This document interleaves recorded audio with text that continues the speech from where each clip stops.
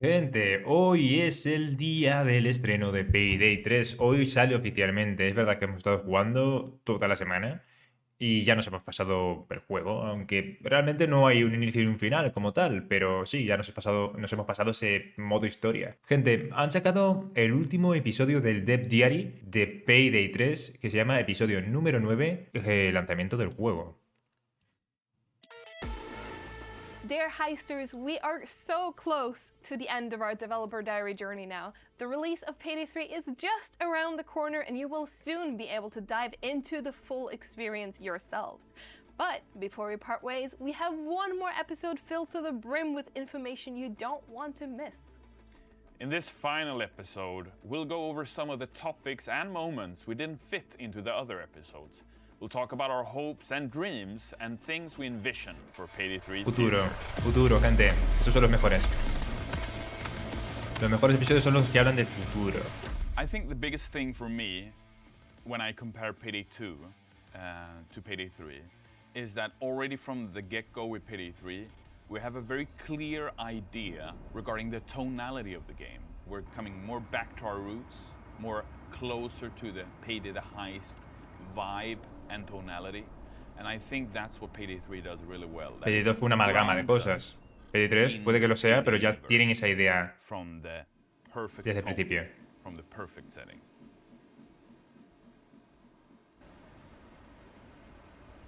What am I particularly excited about for the future? First and foremost, the location of New York and realizing that further. New York is such an iconic place. It has so many different facets. There's so many different ways that you can bring Y verdad que this sí, into life.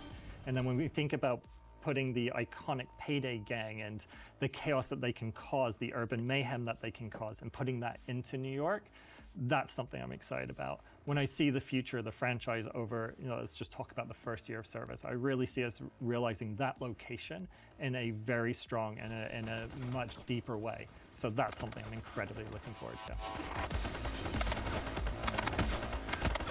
In the beginning, we also struggled that we did too clean New York. And one of the things is the garbage the way they pick up the garbage in New York. They still pile trash bags on the curb. That was one of the things that was hugely forgiven because you can make combat covers out of trash bags, and since they're placed anywhere in New York, you can place them anywhere you want, and we can just design the combat spaces with, well, we need something here to cover the player, so yeah, put trash bags, it's fine. O sea, puede ser como cobertura las bolsas de basura. Increíble. Lo usaré. That happened during development is that we set up the zip lines in the game, and the way we have made it is that it's supposed to be very smooth to get in and out of the zip line. But as a consequence, then what happened was that if you had two zip lines in a row and you threw a bag on them, they could go from one zip line to the next, to the next, to the next.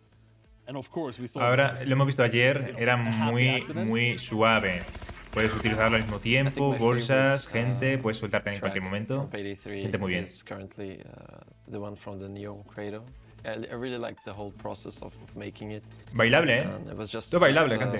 a fun and different way for me to do things since I usually start at the computer and use the synthesizers. This time I was just messing around and it came, this bass line came to me, and so I have a special place for it in my heart. Uno de los mapas más chulos, me recuerda mucho, no sé si es la 2 de John Wick, que hay un espacio muy similar a este. Weirdest and worst experiences I had from working on Payday 2 back in the day was this recurring nightmare where I dreamt about everything that I interacted with, I had to place a drill on it. The worst part is that that nightmare came back to me during the development of Payday 3. I had one actress commenting on one of the lines I wrote that was the favorite line she had ever recorded on any film or TV series or video game ever. And that line was, "I've never met a bagel I didn't like." It's such a strange thing to say, but they were written to give sort of a New York vibe to some of them. So these are meant to be sprinkled into the conversation. Doesn't that make it hard to read your credit card number?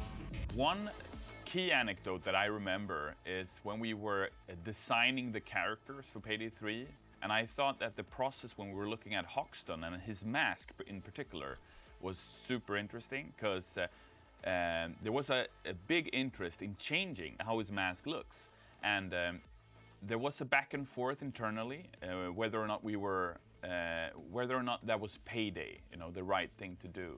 And I know the Hoxton fans out there, they have a lot of love for the character, for the way he behaves, and especially his mask, of course. And I think the beautiful thing about that anecdote is that it Más que por su máscara, yo creo que a la gente le gusta por su personalidad, ¿no? Es como muy bromista, muy agrio. To keep his original design, and of course paydify it for Payday 3, because time has gone since Payday 2 and Payday 3, and certainly something must have happened with both Hoxton, but also his mask and the gear and his expertise. I actually have a funny story. When I went to the cinemas before the COVID situation, and there was a commercial, and they had the opening of that commercial is 4 people putting on a mask in a van dropping out of an airplane, and the 3 guys behind, like in front of me, was like, "Oh shit, Payday 3," but it was actually GTA 5. Moving in. Let's kick some ass. One thing that I'm really proud of is getting the team together and pushing for a common goal, and everybody really stepping up and really feeling proud that everybody makes a difference in the audio team, and everybody that's been working on the audio of Payday 3 has done a tremendous job to finalize the product. For post-launch, I am always interested in the new heists, see where we can go, and go a little bit further than we've done so far. But I'm also interested in getting feedback from the community. You end up in co-developing the game after post-release. Once you release it, you don't own it anymore. The players are kind of there and continue to develop it with us.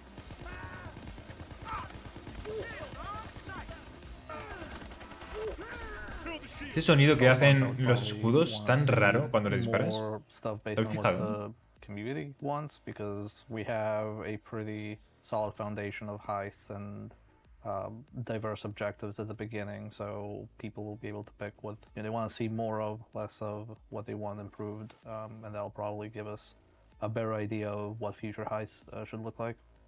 So I would like the players to have even more opportunities when it comes to how they approach a heist and the outcomes of that experience, but also when it comes to the weapons, the gunplay, and how they engage in combat. We already have a lot on launch for you to explore, but I really hope that post-launch we can throw some additional, stones into the glass house and see what breaks and what makes it more fun and interesting for you as a player. ¿Qué nos van a sorprender a partir de ahora? Do your best to break the game over your knee, within the confines of the game, of course. So please, obviously that's not so we can remove it, but so that we know how people are playing the game, and so we know how to further build upon the game. Same with progression and overall game economy, just because it's built like more mathematically. Play it, find the different parts that either break or slow down, and we're always there to look and try and make things better.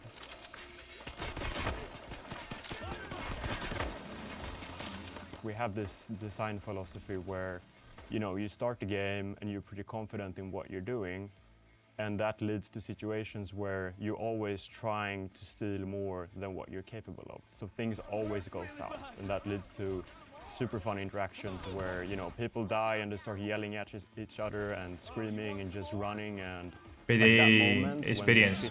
Siempre así, tío. I'm really looking forward to that. With the launch of Payday 3, I'm really excited to see how the community reacts to the new story of Payday 3, how we're bringing them back, and also what kind of expectations they have going forward. What are they excited to see? Because this is only the beginning of Payday 3. La verdad es que ha estado guapa la historia. Me hubiese gustado ver más. No sé si es algo bueno o algo malo. Features. pero me quedé con ganas de más. Hubo un buen giro justamente al final para que deseemos ver el siguiente arco.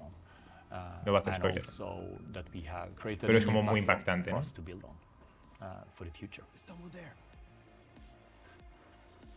I'm hoping that they can understand that they can still stay engaged and keep enjoying the game as a live service game for a long lifetime, basically, because this is how we've built the game to have a long tail. So I'm really hoping that it has the same longevity and the same engagement. Otra cosa no sé, pero de este vídeo lo que me está despertando es la ansiedad por crearme una build de sniper. Se ven guapísimos, ¿eh? With the existing content that we put out for launch, and that they are primed to look forward to the future of Payday 3, because the launch is only the beginning.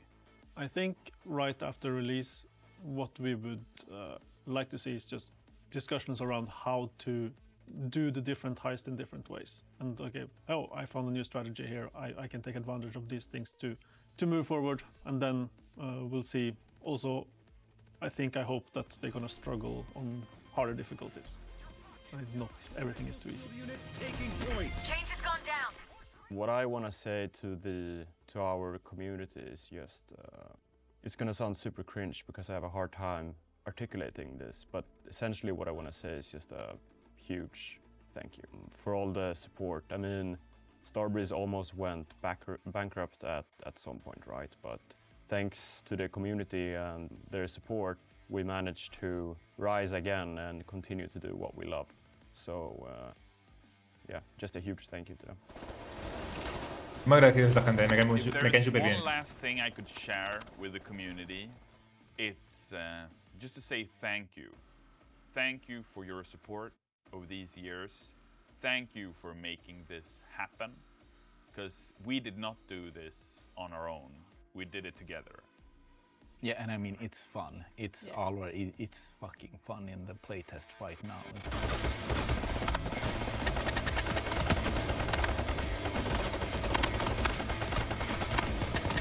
Guay, ¿no? And that is it, heisters. We hope you've enjoyed the developer diary journey, and of course, that you'll enjoy Payday 3. Let us know in the comments what you look forward to the most, or your general thoughts about the developer diaries themselves. If you'd rather speak with us live, we stream on Twitch, YouTube, and Steam twice per week, and you can find us in the Steam forums or the official Discord server. And remember, heisters, keep those helmets flying. My favorite sound is the cat one. There's a cat that screams when Hey. things go loud. Yeah, I think it's actually Tom's cat, our senior. Hay un gato que grita cuando las cosas se ponen ruidosas. Hay que escucharlo, lo tenemos que buscar, gente. What's it called? Salad? No. Salad? No, not salad. Salad. Something on S. Sasha, maybe? I don't know. Salad. Es un datazo. Hay que buscarlo. ¿Dónde está ese gato? Lo vamos a buscar, gente.